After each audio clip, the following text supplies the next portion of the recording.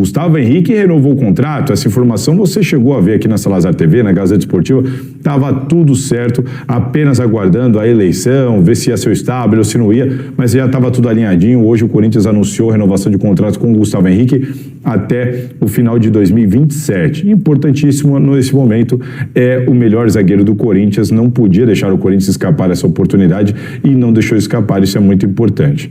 Agora, vamos falar aqui rapidamente da Betano.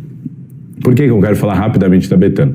Eu trouxe uma informação exclusiva para vocês sobre uma janela que existe no contrato da Esportes à Sorte, das conversas com a Betano, e mostrei por que outubro pode ser um mês decisivo e a intenção da Betano em pegar o name rights e também o patrocinador master da camisa. Está tudo no vídeo aqui, o último vídeo que eu postei no sábado, vocês podem dar uma olhada lá.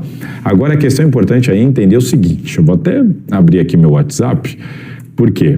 Porque quem trouxe a Betano para o Corinthians lá em 2024, no início da gestão Augusto Melo, foi o Rubão, o Rubens Gomes, que depois virou diretor de futebol. Vocês estão bem lembrados disso. Aí veio a Vaidbet, ofereceu muito mais dinheiro, já sabemos a troco de quê, e por causa disso veio uma dúvida agora. Estou até acessando a minha mensagem aqui, porque será que o Rubão vai ter alguma participação nessa nova conversa com a Betano? Porque a conversa está indo muito bem. Será que o Rubão vai ter participação? Será que ele é o intermediário? É isso que eu fui atrás. E aí, para vocês terem uma noção, entrei em contato com o Rubão e vou ler para vocês a mensagem que eu mandei para ele, né, depois de ter me apresentado. Me diz uma coisa, abre aspas, você está colaborando, participando, intermediando ou qualquer coisa do tipo sobre as conversas da Betano com o Corinthians? Porque às vezes, né, você pergunta se o cara é intermediário. Ele não é intermediário, mas ele está participando de algum jeito. Então eu excluí todas as possibilidades, colaborando, participando, intermediando ou qualquer coisa do tipo dentro dessas conversas de Betano ou Corinthians. Resposta dele, nada. Pode cravar que falou comigo. Ou seja, o Rubão disse categoricamente em on, não é nem off, respondendo ao meu questionamento, que ele não tem nenhum envolvimento com essa história da Betano de agora, tá certo? Então, informação importante que eu trouxe para vocês, a situação continua acontecendo e o Rubão não tem nada a ver com isso, segundo ele, dito em on. Foi o Rubão quem disse para mim e eu estou trazendo a informação para vocês. Mas se lá na frente isso não se comprovar assim, aí é ele que vai ter que se explicar, porque está aqui dito por ele para mim no WhatsApp e ele me deu a autorização para falar aqui para vocês que conversei com ele e tudo mais, não fez nenhuma questão que fosse em off, tá bom? Então, um esclarecimento para vocês sobre essa notícia do Rubão. Agora eu quero falar rapidamente sobre a história do MP, sobre os documentos que o MP solicitou e a Gazeta Esportiva trouxe hoje uma informação exclusiva sobre isso. Qual que é a informação exclusiva que eu trouxe? E logo na sequência, o clube confirmou em nota oficial. Até me chamou a atenção, não sabia que o clube ia soltar nota oficial, soltou uma nota oficial, confirmando a informação da Gazeta, só que a informação da Gazeta com muitos mais detalhes, claro que não estava na nota oficial, se você não viu, leia, mas eu te resumo aqui a história. Qual que é a história? O Corinthians entregou os documentos, né? Solicitaram os documentos, até questionaram na coletiva hoje, mas entregaram todos os documentos? Eu não sei, e acho que as pessoas que vão receber estes documentos ainda vão averiguar, ainda não sabem, ali no caso o Romeu e o Pantaleão não tiveram acesso, mas em tese, o que foi solicitado foram documentos, segundo as vias de cartão e tudo mais, em tese, pelo trabalho que se deu, acredito que tenha sido tudo, mas a gente vai ter que esperar, né, o Ministério da Justiça se confirmarem, né, averiguarem isso. Agora, a questão importante aí, que eu trouxe para vocês mais cedo, é o seguinte. Naquele vídeo de sábado, eu expliquei para vocês as discussões internas dentro do Corinthians. Vocês vão entender, né? Perceberam que quando eu falei sobre como o Corinthians estava receoso, as pressões para cima do Osmar Stabile, e o Osmar Stabile tomou a decisão de que ia atender sim o pedido da Justiça do MP e ponto final, mas o ponto X aí o Ministério Público, por meio do promotor Cássio Concerino, ele tem dado muita publicidade a tudo que está acontecendo na investigação. E não só a imprensa, né? A gente tem visto aí pessoas donas de perfis nas redes sociais, muitas delas às vezes fakes, que não se identificam e tendo acesso a detalhes da investigação.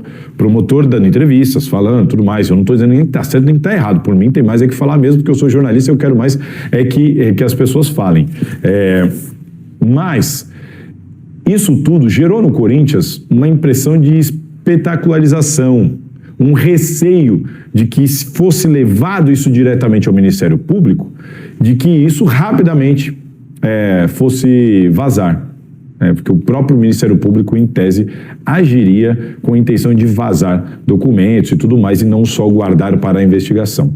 Além disso, há uma tese defendida por algumas pessoas, algumas pessoas da área do direito, né, advogados, de que você não pode enviar esse tipo de documentação sem uma ordem judicial.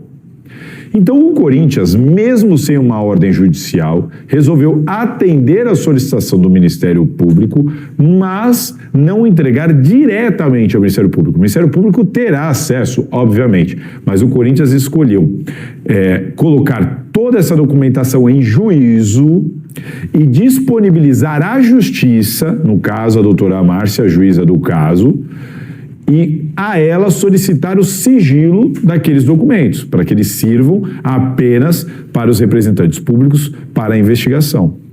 A juíza vai receber e ela vai fornecer acesso ao Ministério Público. O Ministério Público vai ter acesso a isso. Mas é uma maneira, entre aspas, do Corinthians se precaver de qualquer responsabilidade sobre eventuais vazamentos que aconteçam, como o clube hoje acredita que o Ministério Público talvez esteja agindo com essa intenção. Isso é informação, não é opinião. É por isso de todo este cuidado. Tem pressão interna para cima do Osmar? Tem. Tem receio com as manifestações do Dr. Cássio, promotor? Tem. Pessoas de dentro têm esse receio. Cara, eu, diferente de muitos, eu não sou hater do Tuma. Não vejo o Tuma como parte aí que vocês falam, né? O termo que vocês usam, ratazanas. Não vejo o Tuma, né, com esse perfil. Aliás, se você pegar desde a época da Hicks Music, o Tuma já era oposição. Foi oposição à renovação e transparência, foi oposição ao Augusto. Sinceramente, eu tenho personalidade, né, para pensar diferente de muitos, porque eu não sou papagaio. Eu não acho o Tuma um cara ruim pro Corinthians, sinceramente. Eu acho que ele, na questão Augusto Melo, ele foi muito importante, inclusive, senão o Augusto poderia estar aí até hoje. Ele que entrou com os votos do Augusto, na verdade. Mas mesmo assim não se corrompeu, viu que o Augusto estava, né, fazendo mal ao Corinthians e trabalhou para tirá-lo junto com os conselheiros e os sócios. Então eu quero dizer que eu não acho o Tuma esse cara que muita gente fala. Tá? Eu não acho que ele faz mal ao Corinthians, pelo contrário. Mas ontem ele foi muito mal no que disse na entrevista coletiva. E por isso que eu falo para vocês, né? Eu nunca quis ser assessor de imprensa, porque talvez até a pessoa que eu estaria assessorando, né, poderia não me ouvir. E primeiro que eu não tenho vontade de trabalhar no Corinthians, que é onde já me convidaram algumas vezes. E, cara, o problema é que tá falando demais, tá? Eu já falei isso com algumas pessoas lá dentro. Cara, é muita entrevista coletiva. Desculpa. É muita entrevista coletiva. Como diria, né, o saudoso Armando Gomes, um mestre do jornalismo que eu tive o prazer de trabalhar, né, por 20 anos na minha vida, 15 anos na televisão. Ele dizia, né, quem fala muito dá bom dia a cavalo. O problema é coletiva. Quando falaram que ia ter uma coletiva, eu pensei, por que outra? Por que o Pantaleão e o Tuma vão dar outra coletiva? Não, eu queria entender. Tenho liberdade para falar isso aqui, posso falar para eles também. Como já falei algumas vezes, as pessoas que eu gosto lá dentro do Corinthians. Cara, quanto mais fala, mais chance de falar bobagem. Porque não dá pra ficar falando tanto assim. Entendeu? Não dá pra ficar falando tanto assim. Eu não entendo o motivo de falar.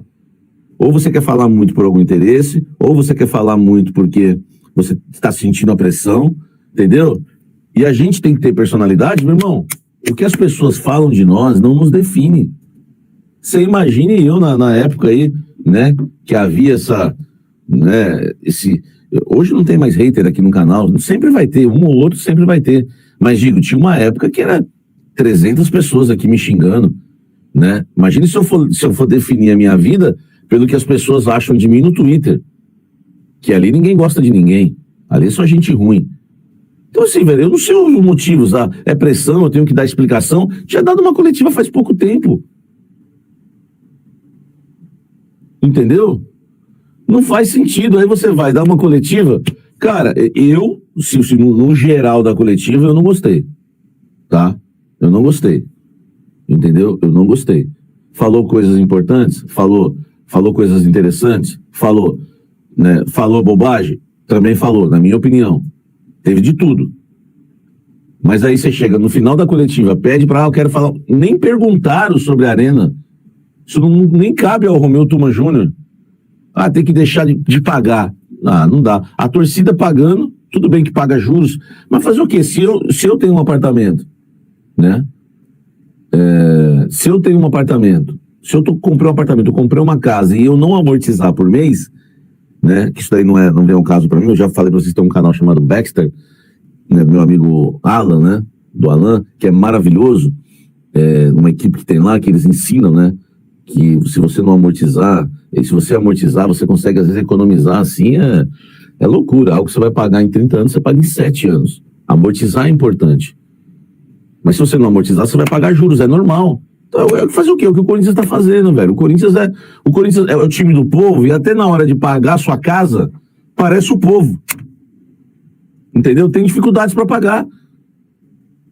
Sabe? E eu não tenho essa preocupação tanto com a Arena, porque eu acho que uma hora vai pintar um patrocinador, sabe? Apesar que o mercado, as pessoas também têm uma visão ridícula, né? Você imagine tem muita gente com dinheiro nesse mundo. Você imagina a moral que ia ter a empresa, né? Eu acho que alguém poderia até gravar um vídeo no Corinthians falando sobre isso, incentivando as empresas. Imagina a moral que teria uma empresa que quitasse a Arena para o Corinthians. Por exemplo, o Corinthians não quer 700 milhões. Sabe o que eu acho que deveria ser feito? Eu tenho fé para isso. Eu acho que uma empresa tinha que pagar o valor de 10 anos de contrato, o valor anual, e fora isso, pagar a dívida. Tá? Numa entrevista coletiva, os caras chegarem e falar assim, estamos aqui assumindo os naming rights da Arena do Corinthians, que se chamará tal agora, tá? Estamos pagando esse valor porque é o valor que nós entendemos que vale, mas o Corinthians vale muito mais que esse estádio. Inclusive, estamos quitando já à vista aqui a dívida do estádio. Porque muita gente reclama do Andrés também, mas o Andrés conseguiu algo absurdo, que foi eliminar a dívida lá com o Odebrecht. O que ele fez, eu não sei.